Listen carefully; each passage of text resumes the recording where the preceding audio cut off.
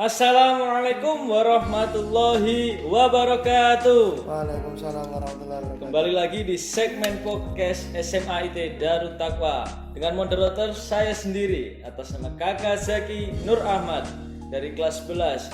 Namanya podcast tentunya saya tidak sendiri, saya mendatangkan narasumber yang berasal dari Surabaya.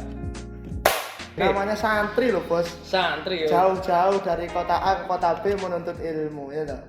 Gimana nih kabarnya, gimana nih Jasuli? Alhamdulillah baik, masya Allah. Nampak ceria sekali nih, semangat ceria. ya. Karena kita harus menjaga mood. Mood. Iya, menjaga Kenapa mood harus biar menjaga nggak mood? Ya biar nggak hancur kan, hari ini kita jadwalnya syuting kan. Kalau gitu kan, kalau kita nggak jaga mood nanti hancur. Bingung mau ngomong apa ya. Oke, jadi untuk mempersiapkan SM Award ini ya, Iya, 2021 mempersiapkan, ini. Heeh. Nah, terus kalau sekolah gimana nih? Udah aktif lagi ya? Alhamdulillah udah aktif, malah udah tatap muka dari bulan Juli tahun 2020 kemarin. Udah 1 tahun ya. 1 tahun lebih. Satu Ya. tahun lebih bro. Jadi sebelum pemerintah mengeluarkan surat untuk masuk, udah masuk dulu. Iya, kita udah masuk duluan, kita udah tatap muka duluan daripada sekolah-sekolah yang lainnya. Kenapa kok bisa mendahulukan diri nih? Ada unsur apa ini? Yaitu tidak lain dan tidak bukan karena waktu itu pertama kali new normal diadakan oleh pemerintah pada tanggal 1 Juni tahun 2020. Waktu itu mall udah boleh dibuka tapi tetap menggunakan prokes yang ketat, yaitu 3M. 3M. Menggunakan masker, mencuci tangan, dan menjaga jarak. Menjaga jarak. Sampai berangsur-angsur di tanggal 8, pemerintah sudah boleh membuka, sudah mengizinkan untuk sekolah membuka dan mengizinkan murid-muridnya untuk memasuki kelas. Tapi tetap menggunakan sistem shift dan protokol kesehatan yang ketat. Di bulan Juli, di pondok saya, itu di pondok kita berdua, itu udah mengizinkan santrinya untuk kembali ke pondok, melakukan kegiatan belajar mengajar seperti biasa, tetapi tentunya dengan menggunakan prokes yang ketat, seperti tadi 3M. 3M. Jadi intinya maupun gimana kegiatan yang penting tetap jaga prokes 3M tadi. Oke. Dulu. Sekarang udah vaksin ya, udah Agak longgar. Oke, ya. Longgar. Udah vaksin berapa kali nih? Udah dosis yang kedua. Dosis kedua. Baru Alhamdulillah. kemarin hari Senin dosis kedua. Oh iya, lusa kemarin ya? Iya, lusa Oke. kemarin. Terus ketika sebelum new normal ini, sebelum tatap muka, otomatis pembelajaran dilakukan secara jarak jauh Iya, atau secara daring. Nah, daring.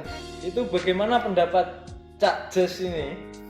Kalau menurut saya ya, pembelajaran di era new normal itu lebih efektif kepada lembaga-lembaga seperti pesantren dan lembaga berasrama boarding.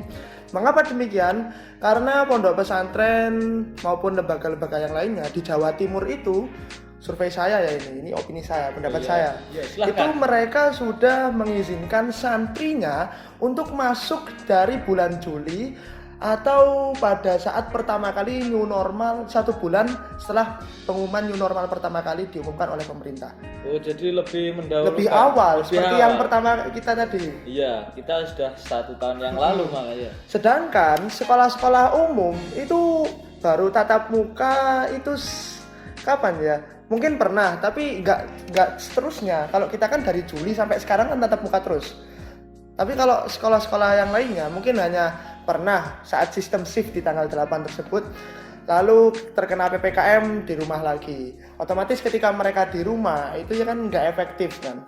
Karena apa? Pembelajaran jarak jauh itu mereka menggunakan media elektronik agar jadi nggak langsung tatap muka dengan bapak guru. Ada pembatasnya gitu ya. Ada pembatas.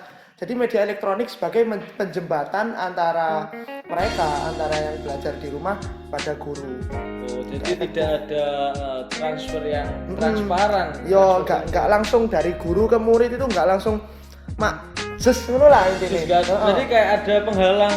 Ya, ada penghalang. Skatnya. Masih ada perantara lah. Ya, istilahnya perantara. ngono lah. Oke, terus bagaimana tentang kalau ini sistem shift ini kan otomatis lebih kondusif nih ya, lebih efektif. Cuman sekarang yang diperlukan dari siswa ini juga memerlukan mengubah habit-habit negatif ketika daring.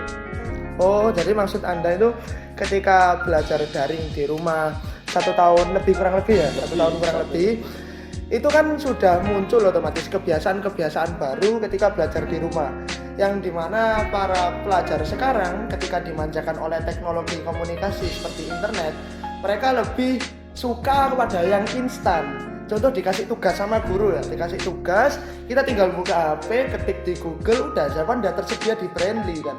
Brandly, pakainya main Brandly. Iya, mainnya main Brandly ya kan. Jadi anak-anak itu sekarang serba instan, Pak. Aku nggak mau mikir susah, yang penting buka Google, browsing, dapat jawaban bener, nilaiku bagus. Sekarang kan gitu. Dan itu adalah salah satu kelemahan karena kelamaannya, karena kita terlalu lama pembelajaran jarak jauh. Terlalu enjoy, mungkin sudah terlalu ibaratnya comfort zone lah, zona Iya, nyaman. zona nyaman. Jadi pelajar sekarang itu zona nyaman karena terlalu dinyamankan, ibaratnya dimanja-manja. Kalau dilepaskan kan susah. karena mentalnya atau persiapan dari dini itu sangat-sangat kurang. Iya, sangat kurang. Apalagi ketika mereka sudah mulai jenuh di rumah kan, akhirnya ingin masuk sekolah. Ya, tapi kan alhamdulillahnya kemarin tanggal 8 Agustus udah ada surat edaran dari Ya, pemerintah syukur alhamdulillah karena untuk melakukan pembelajaran tatap muka. Jadi mulai Agustus kemarin sudah boleh. Alhamdulillah di bulan Oktober sekarang sudah banyak lah sekolah-sekolah umum yang sudah melakukan pembelajaran tatap muka. alhamdulillah. Jadi sangat bersyukur sekali ya kita teman-teman yang di rumah yang sudah lama ini sebagian ya yang menanti tatap muka akhirnya bisa tatap muka meskipun harus melalui shift tadi ya. Shift-shiftan. Sekarang udah enggak, udah vaksin merata kan. Iya, sudah hampir berapa yang vaksin kedua lengkap itu sekitar berapa orang? Kemarin per tanggal 10 Oktober saya lihat Google itu kurang lebih dari 18 juta populasi Indonesia, berarti 19% itu udah divaksin dari 272 juta penduduk kita. Terus untuk yang vaksin hanya baru sekali atau bisa dibilang setengah, itu berapa? Separuhnya itu ya? Ya, separuhnya. Yang baru dosis pertama itu udah banyak, cuman kan belum lengkap. Yang saya bilang 19% tadi itu adalah yang udah lengkap dosis 1 dan dosis 2. Apapun jenis vaksinnya. Apapun jenis vaksinnya, yang penting dosis 1 dosis 2 udah lengkap. Udah lengkap, oke. Terus bagaimana pesan mungkin pesan yang ingin Anda sampaikan? Pesan gimana? Pendapat atau alasan Pesan untuk nih, teman-teman yang di rumah kan baru merasakan tatap muka nih baru beberapa bulan belakangan ini. Nah, untuk pesan-pesan ke teman-teman biar lebih semangat, biar tidak membawa habit buruknya ke sekolah ini. Kalau pesan saya yo nggak banyak lah, paling yo tergantung. Kalau saya memberikan pesan itu sepertinya nggak terlalu berpengaruh kepada individu masing-masing. Jadi yang paling berpengaruh itu adalah ada dorongan dari individu tersendiri untuk melakukan perubahan. Jadi karena misalnya kita udah lama nih belajar di rumah selama 1 tahun lebih, kita udah kebiasaan buruk terus-terusan dimanja, comfort zone dan lain sebagainya, kita udah merasa jenuh dan lain sebagainya. Lalu kalau kita nggak ingin berubah, ingin terus seperti itu, tidak ada kemajuan sangat signifikan dalam sistem pendidikan di negara kita ini. Oke, jadi kesimpulannya itu dari awal tadi daring maupun tatap muka itu lebih efektif yang tatap muka. Jelas itu. Yang Nggak bisa dipungkiri, pokoknya tatap muka lebih efektif. intinya tatap muka harus berjalan. Harus berjalan. Bagaimanapun kondisinya. Kalau nggak gitu, nggak jalan nih. Sistem pendidikan negara kita nggak naik-naik kan.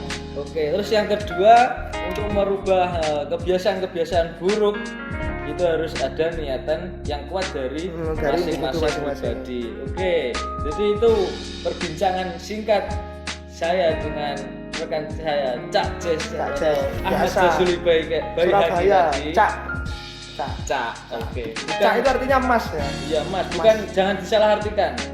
Oke, sekian, kurang lebihnya mohon maaf. Semoga apa yang kami sampaikan bisa menghibur kalian semua.